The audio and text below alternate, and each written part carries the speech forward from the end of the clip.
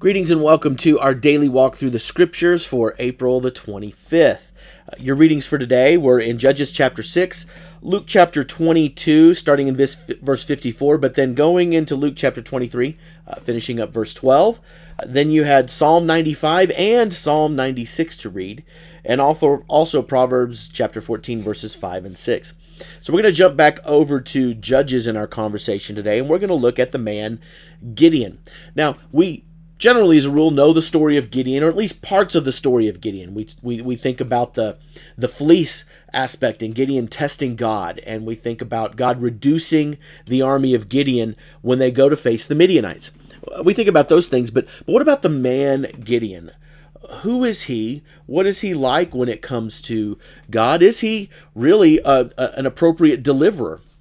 Well, Gideon has a lot of great qualities. Let's be very clear about that. But Judges is not a book about quality individuals, okay?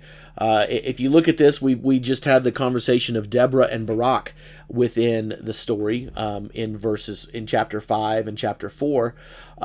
Deborah and Barak really kind of start this downward trend of judges, deliverers, and their truly heroic status, if you will.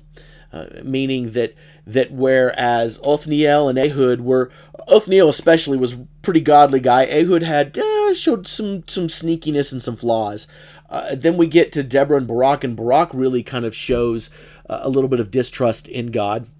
And now we come to Gideon. And Gideon is one who really has a difficult time trusting. As a matter of fact, when we are first introduced to Gideon in verse 11, we already get an idea that Gideon has a bit of an issue with the idea of courage. And he is already a little bit sneaky. Because in verse 11, it says, "The angel of the Lord came down and sat under the oak tree belonging to Joash, where his son Gideon was threshing wheat in a winepress to keep it from the Midianites." In other words, Gideon was hiding. See, wine presses were often 3 troughs down a hill, and each trough used to, in one progression of the wine, you'd start stamping the grapes and they'd kind of trickle down into the next tray, and then you'd stamp them some more and process them more, and then they'd go down into the bottom part of the wine press. And Gideon was threshing wheat in there so that nobody would see him, so that people wouldn't take it. Okay? Now you say, now hold on, Jeremy, that's just him protecting his food. Fair argument. I understand that. Except that there's a couple of things that Gideon shows that show that he might have a bit of a courage problem. In other words, he's very tentative to what God is trying to tell him. One of them is that Gideon is he pulls a Robert De Niro. "You talking to me? Are you talking to me? Pardon me, Lord," in verse 15. "How can I save Israel? My clan is the weakest." Manasseh. Now Manasseh is not a big tribe. Manasseh is called a half tribe. Okay, so we have a small tribe with a smaller clan. And then he says, "I am the least in my family." So Gideon's like, "I'm just an itty bitty little peon." So Gideon's kind of trying to get out of this a little bit. Okay, and then the Lord answers and says, "I will be with you." And then, Gideon says, if so, then give me a sign. And we know the signs that he asks for. Okay, But he hasn't quite gotten there yet. Okay, what Gideon does instead is he builds an altar for it, and he shows it, and then he gives Gideon a command. He says, "I want you to go to your father's altar to Baal." Now remember, Baal, in this case, this is a capital B, Baal. This is talking about a specific god, but generally little Baal is like little gods, okay? And he says, "I want you to do that and cut down the Asherah pole beside it." So Gideon does that, but because he was afraid of his family, he did it at night rather than daytime. You see, Gideon is someone who is willing to go down this road, but he's not completely comfortable following God.